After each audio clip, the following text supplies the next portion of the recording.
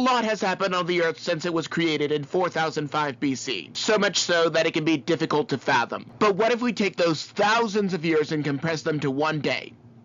For comparison, at midnight God creates the heavens, the earth, the sea, and all that in them is. In the wee hours of the morning, Cain and Abel come onto the scene. The sun is just coming up over the horizon when the animals board the ark. And you are probably just waking up when Abraham and Sarah are on the scene. Over breakfast, Jacob and Esau are born, and they reconcile when you clock into work. During the morning shift, Joseph reunites with his brothers. The Israelites endure slavery, and then they enter the promised land. Over lunch, God calls Samuel, and then the Ark of the Covenant is brought to Jerusalem. Over the course of the afternoon shift, Hezekiah presents a scroll before the Lord. Daniel and his friends become eunuchs. Nehemiah begins rebuilding the wall, and by 4 in the afternoon, Jesus Christ is born. Not even 30 minutes later, the book of Revelation is written. And when the workday is almost over, the Roman Empire is split in two,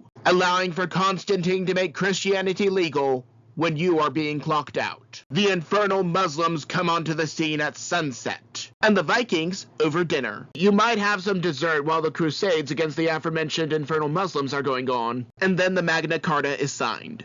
Soon after, we have the Renaissance, and when the 95 Theses are hung, you are sound asleep. Napoleon begins his conquest just after 11 o'clock. Not even 30 minutes later, the Wright brothers are in the air, and at midnight, we are at present day. In my opinion, that makes the history of God's earth so much easier to understand. You can look at some more comparisons on the left, or find another video you might like on the right. And as always, do not forget to subscribe.